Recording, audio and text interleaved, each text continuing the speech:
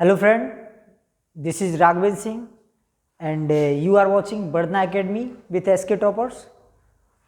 तो पिछले वीडियो में हमने स्टार्ट किया था फिजिक्स का जो चैप्टर था लाइट रिफ्लेक्शन एंड रिफ्रैक्शन। तो उसी चीज़ को हम अगर आगे बढ़ाते हैं तो हमने कुछ टॉपिक वाइज पूरे चैप्टर्स को बांट दिया था। तो टॉपिक बाय टॉपिक आज हम कंप्लीट स्टार्ट करते हैं। तो सबसे पहले आपने टॉपिक में देखा होगा कि पहला जो आपका टॉपिक था वो था टर्म्स रिलेटेड टू लाइट। इसमें हमने आपसे कहा था कि हम जो टर्म आएंगे लाइट में उसकी बात करेंगे और सबसे पहले हम देखेंगे कि लाइट होता क्या है। तो लाइट तो आप जानते ही होंगे, कुल मिला के आप सीधा कह सकते हैं कि ये रोशनी है जो कि हमको हेल्प करती है किसमें, ऑब्जेक्ट को देखने में। तो अगर हम बात करें लाइट का तो हम कह सकते हैं कि लाइट क्या है, एक तरह का आपका एनर्जी है। ठीक है, तो लाइट क्या है, it is a form of energy. क्या है, it is a form of energy जो कि क्या करती है, हेल्प करती है हमको वेरियस ऑब्जेक्ट को देखने के लिए, which help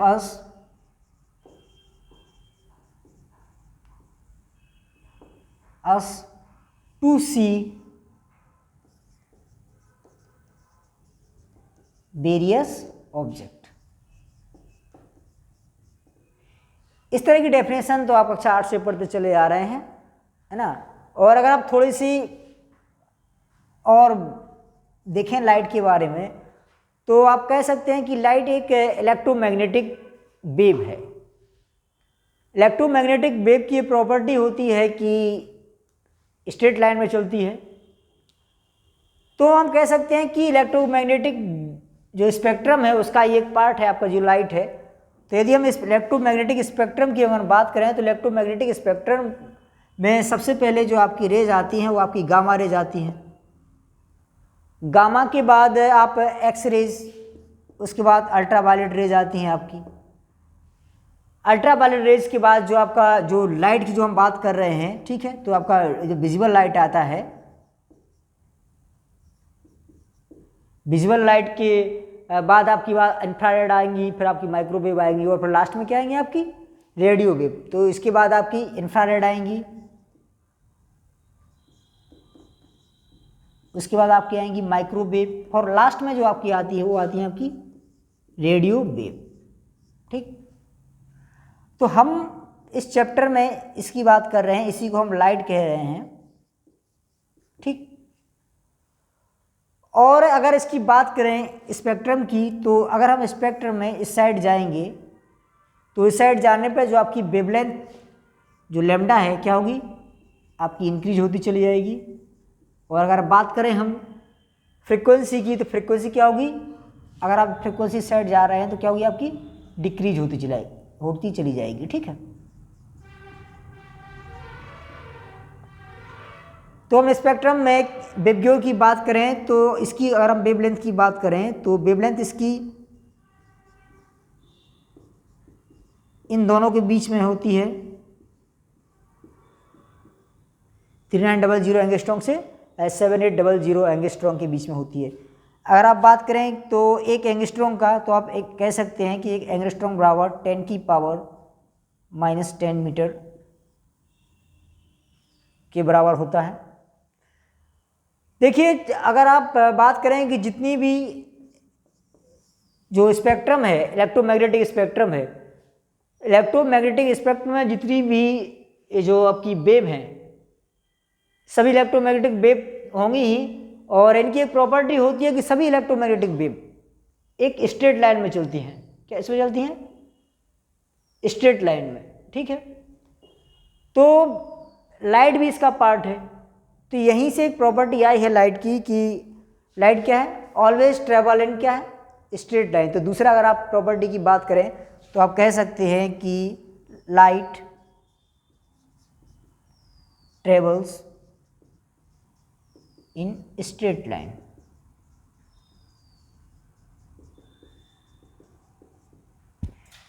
light straight line में चलने के कारण ही जो हमारा जो परछाई जो बनती है, जो हमारी इमेज बनती है, ठीक है, वहाँ से आप अच्छे से समझ सकते हैं कि लाइट जो स्ट्रेट लाइन में चलती है। उसके बाद अगर हम बात कर रहे हैं कि अगली, तो आप जानते ही होंगे कि वेलोसिटी ऑफ लाइट। अगर हम वेलोसिटी ऑफ लाइट की बात कर रहे हैं तो वेलोसिटी ऑफ लाइट, आप वैक्यूम की बात करें चाहे आप एयर की बात करें, तो नियरली अबाउट दोनों के लिए सेम होती है। तो 10th में आप जो है नियरली अबाउट दोनों को सेम मानेंगे, ठीक है। और जब वेलोसिटी होती है लाइट की, उसको हम c से डिनोट करते हैं, और इसको पार्ट थर्ड लिखें तो इसकी जो वेलोसिटी होती है वो होती है 3 × 10⁸ मीटर पर सेकेंड, ठीक है। लिख लीजिए velocity of light in air और वैक्यूम, ठीक। उसके बाद हम अगली प्रॉपर्टी की बात करें तो म्यूचुअल इंडिपेंडेंस की जो प्रॉपर्टी होती है लाइट की रे में, म्यूचुअल इंडिपेंडेंस की प्रॉपर्टी ये है कि जो लाइट की सभी जो रे हैं दूसरी रे को इफेक्ट किए हुए अपना काम करती हैं ना, सीधी लाइन में चलेगी, दूसरी रे ऑफ लाइट को इफेक्ट किए हुए, मतलब इनका एक दूसरे पे किसी भी तरह का कोई डिपेंडेंस नहीं है, ठीक है। अगर हम इस चीज़ को समझने की बात करें तो जैसे कि अगर हम आपसे ये कहें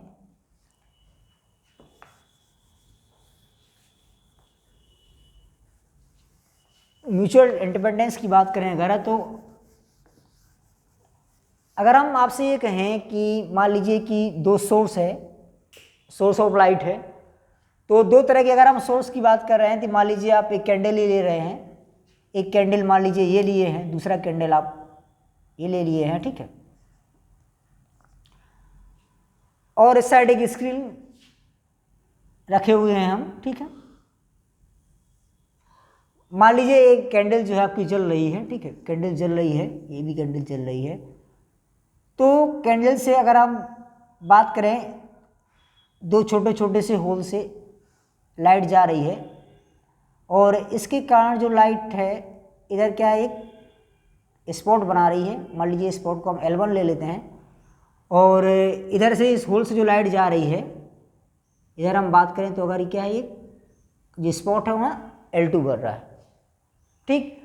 अगर हम बात करें कि अगर हम पहली मोमबत्ती को बुझा दे रहे हैं, पहली मोमबत्ती को अगर हम बुझा देते हैं, ठीक है, तो जो दूसरा वाला जो स्पॉट है, पहली मोमबत्ती बुझाने से कोई भी क्या फर्क नहीं पड़ेगा इसमें। जिस तरह का स्पॉट जहां बन रहा था, जो लाइट की जो इंटेंसिटी थी सेम टू सेम रहेगी। कब? जब ये जल रहा था तब भी, और जो ये वाली मोमबत्ती क्या है बंद करने के बावजूद भी सेम टू सेम। अगर हम यही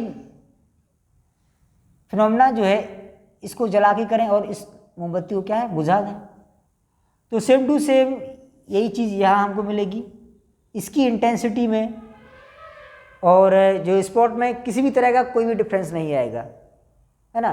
तो इस तरह से हम कह सकते हैं कि जो लाइट की रे है यहाँ पर इससे कोई प्रभावित नहीं हो रही हैं, और सीधा सीधा जो इनका काम यहाँ स्पॉट बना रही है वो अपना स्पॉट यहाँ बनाएगी, इससे कोई रिलेट करना नहीं है। और जो ये जो अपना स्पॉट बना रही है इसके लाइट रे से कोई फर्क नहीं पड़ने वाला, ठीक है।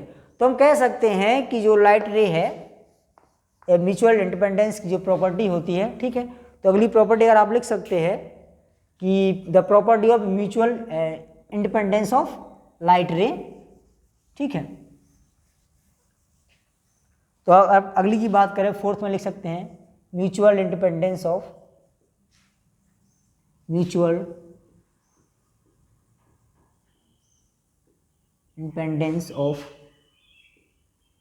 रे ऑफ लाइट, ठीक है, रे ऑफ लाइट, ठीक। अच्छा, हमने यहाँ कुछ वर्ड यूज किए हैं कि रे क्या है ना, व्हाट इज रे। पहले ये देखेंगे कि हम बार बार ये वर्ड आएंगे, तो रे क्या होता है ना, और उसके बाद आप एक वर्ड और आएगा आपका बीम आएगा, है ना। तो अगर हम रे की बात करते हैं तो रे एक तरह का पाथ है लाइट का, क्या कह सकते हैं, it is a path of light, it is a path of light. जब भी हम रे की बात करें तो आप समझ जाना कि पाथ ऑफ लाइट की बात हो रही है, ठीक है। और हम आपसे दूसरी बात करें, एक वर्ड आएगा आपका बीम। बीम से मतलब है कि कई तरह की रे, कॉम्बिनेशन ऑफ रे या बंडल ऑफ रे, है ना। तो हम बीम की बात करेंगे तो बीम में हम क्या कह सकते हैं कि बंडल ऑफ रे,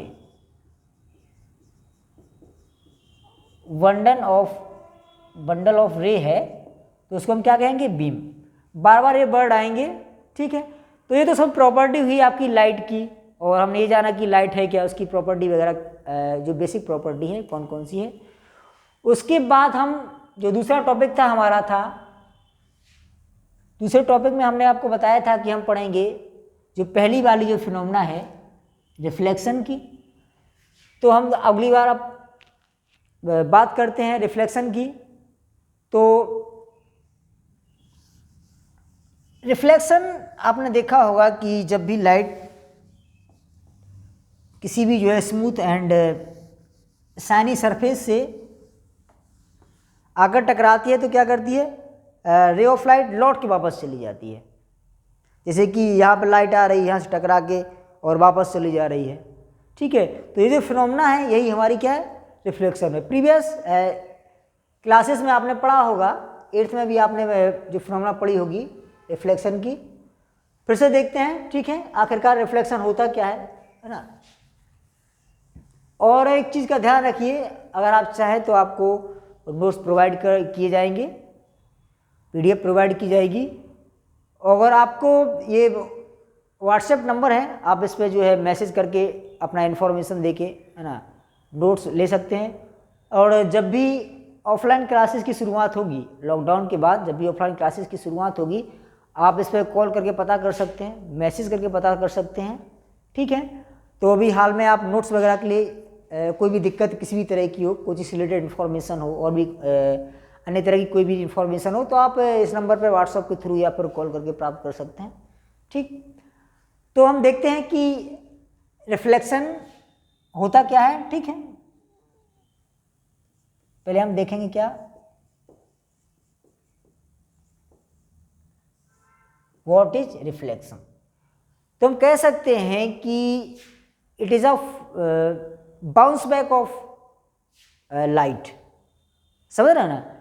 तो when light travel in A, when light falls on a shiny surface और स्मूथ शाइनी सरफेस, तो इस तरह की जो फिनोमेना है हमको देखने को मिलती है, ठीक है। और हम बात कर रहे हैं कि रिफ्लेक्शन की, तो हम कह सकते हैं it is a bounce back of light,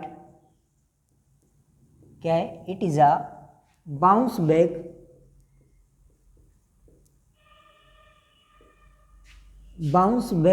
of light when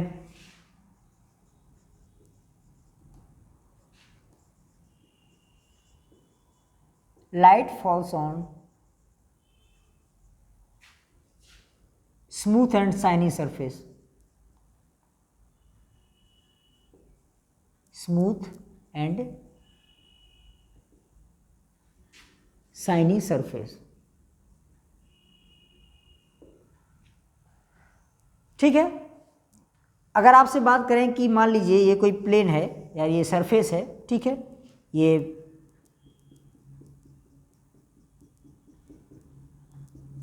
इधर पॉलिश किया गया है, ठीक है, इसको शाइनी बनाने के लिए, शाइनी है। मान लीजिए आप बात करें तो मिरर की ही बात कर लीजिए, ठीक है, जैसे कि मिरर वगैरह हुआ, ठीक है। आपसे ये कहें कि अगर कोई रे ऑफ लाइट है आके इस पॉइंट पे जो है फॉल्स हो रही है, गिर रही है, गिरने के बाद वापस जो है उसी प्लेन में चली जा रही है, ठीक है। तो जो आपकी आने वाली रे है, जो सोर्स से जो रे आ रही है आपके प्लेन पे, जो ना प्लेन पे आ रही है, तो इस वाली रे का जो नाम है, इसका नाम हम इंसिडेंस रे,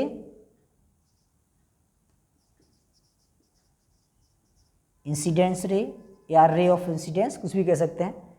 तो इसको क्या कहेंगे हम, या रिफ्लेक्टेड रे,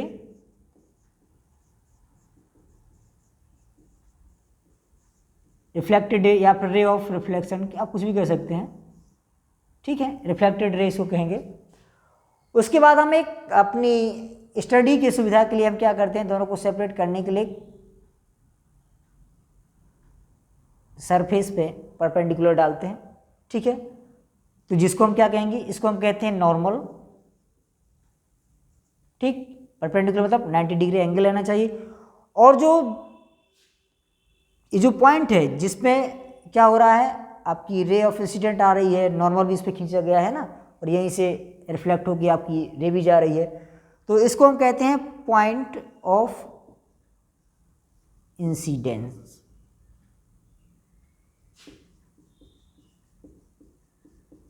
कहते हैं पॉइंट ऑफ इंसिडेंट। अगर हम इसकी बात करें, दो तरह के एंगल बन रहे हैं, तो नॉर्मल और इंसिडेंट रे के बीच में जो एंगल बन रहा है, ठीक, इसको हम क्या कहेंगे, इसको हम कहते हैं एंगल ऑफ इंसिडेंस। और इसकी बात करें, इसको हम डिनोट करते हैं आई से। और अगर हम इस वाले एंगल की बात करें, जो कि रिफ्लेक्टेड रे और नॉर्मल के बीच में जो बन रहा है, तो इस वाले एंगल की हम बात करते हैं, तो इसको कहते हैं angle of reflection, angle of reflection. तो ये तो नॉमेनक्लेचर हो गया कि इसके इंसिडेंट रे। ध्यान दीजिए कि इस एरो का बहुत बड़ा इंपॉर्टेंस है, ये डायरेक्शन दिखा रहा है आपको कि ये सोर्स से ये रे आ रही है आफ्टर रिफ्लेक्शन, और ये क्या हो रही है, वापस जा रही है।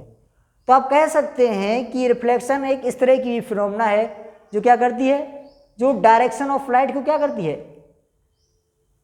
बदल देती है, ठीक है। डायरेक्शन ऑफ लाइट क्या हो जाता है, यहाँ पे चेंज हो जाता है, ठीक है। बस ध्यान देना कि उसी सरफेस में रिफ्लेक्शन कहाँ पर होता है, सेम सरफेस में।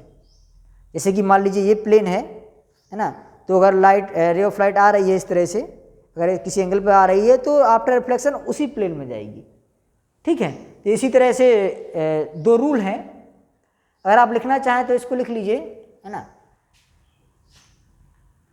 वैसे अगर आपको नोट्स में इस तरह से मिल जाएगा पूरा लिखा हुआ कि angle between normal and incident ray is called, जो है एंगल ऑफ इंसिडेंट, इस तरह का, ठीक है।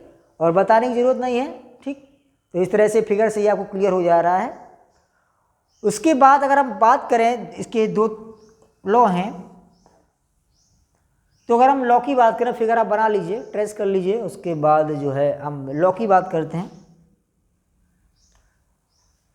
ध्यान देना, ये जो सरफेस है, बस जितनी शाइनी होगी सरफेस, जो प्लेन आपका जितना शाइनी होगा, जो सरफेस जितनी शाइनी होगी, रिफ्लेक्शन की फिनोमिना उतनी ही ज़्यादा आपको देखने की मिलेगी। लाइट ऑफ का जो रिफ्लेक्शन है उतना ही ज़्यादा होगा, उतनी ही ज़्यादा अमाउंट में लाइट क्या होगी, रिफ्लेक्टेड होगी, ठीक। तो हम बात करते हैं हम लॉ की। तो अगर हम लॉ की बात करें तो इसके दो तरह के लॉ हैं, और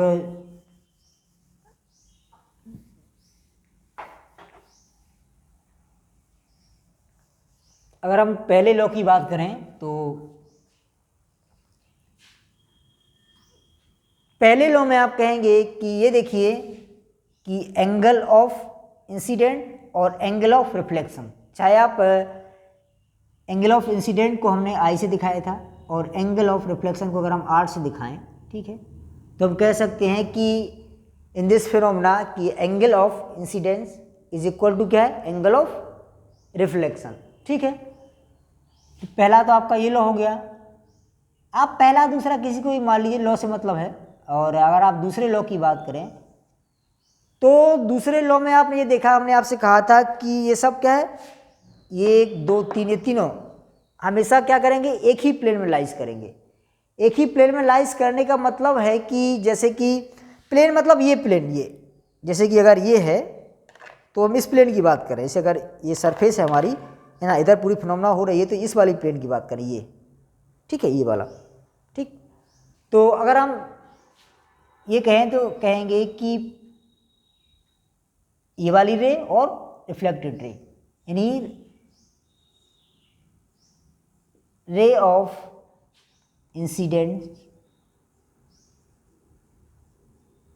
comma normal and reflected ray lies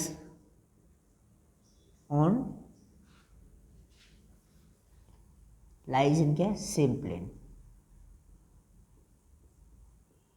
क्या करेंगे, तीनों सेम प्लेन में रहेंगे। तो ये तो हो गई बात रिफ्लेक्शन की, ठीक है।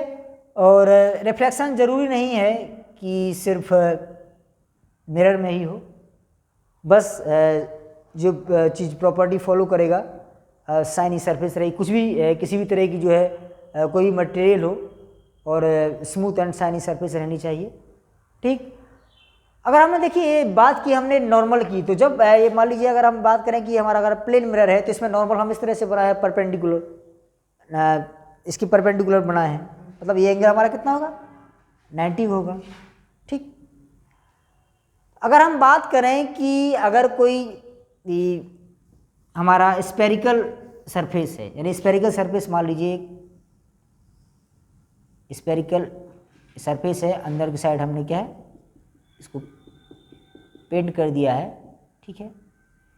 अगर आपसे बात करें इसकी कि स्फेरिकल सरफेस में आप ये बताइए कि नॉर्मल कहाँ से बनाएंगे, तो इस चीज़ का ध्यान देना कि स्फेरिकल जब सरफेस की बात हो तो जैसे कि आपका ये इंसिडेंट रे आपकी आ रही है, तो आप ये ध्यान देना है कि जब भी आप नॉर्मल ड्रॉ करेंगी तो नॉर्मल हमेशा कहाँ से पास करना चाहिए, आपके सेंटर से पास करना चाहिए, ठीक है। तो ये जो आपका नॉर्मल है सेंटर से पास करना चाहिए, और अगर आपका ये एंगल आई है तो सेम टू सेम उतना ही एंगल बनाते हुए आप दूसरी रे खींच दीजिए, ये आपकी क्या हो गई एंगल रे ऑफ रिफ्लेक्शन या फिर रिफ्लेक्टेड रे। और ये जो एंगल कितना हो गया आपका ये आपका आई हो गया, और क्या हो गया आपका एंगल ऑफ रिफ्लेक्शन आर हो गया। तो हम कह सकते हैं कि आप नोट डाल के लिख सकते हैं, नोट डाल के आप अगर लिख लेंगे तो ज़्यादा अच्छा रहेगा, लिख सकते हैं कि normal always pass through centre, क्या सेंटर से क्या करना पड़ेगा, हमेशा नॉर्मल को पास करना। लास्ट में अगर हम आपसे ये कहें कि जो आपका इंसिडेंट रे आ रही है सीधी आपकी परपेंडिकुलर टू प्लेन आए, ठीक है, और परपेंडिकुलर टू सरफेस आए, परपेंडिकुलर सरफेस आ रही है, तो मान लीजिए कि यहीं से रे आ रही है और यही आपका नॉर्मल, तो जब रे आएगी तो नॉर्मल भी यहीं पे रहेगा। अगर रे इधर से आ रही है तो आफ्टर रिफ्लेक्शन जाएगी भी यहीं से। तो ध्यान देना इसमें क्या हो जाएगा, आपका जो एंगल आई हो जाएगा इक्वल किसके हो जाएगा, एंगल आर के, और ये होगा किसके, 0 के। क्यों, क्योंकि आई और आर जो दो एंगल हैं किसके बीच के एंगल है, ये एंगल है नॉर्मल और इंसिडेंट रे, और नॉर्मल और रिफ्लेक्टेड रे के बीच में।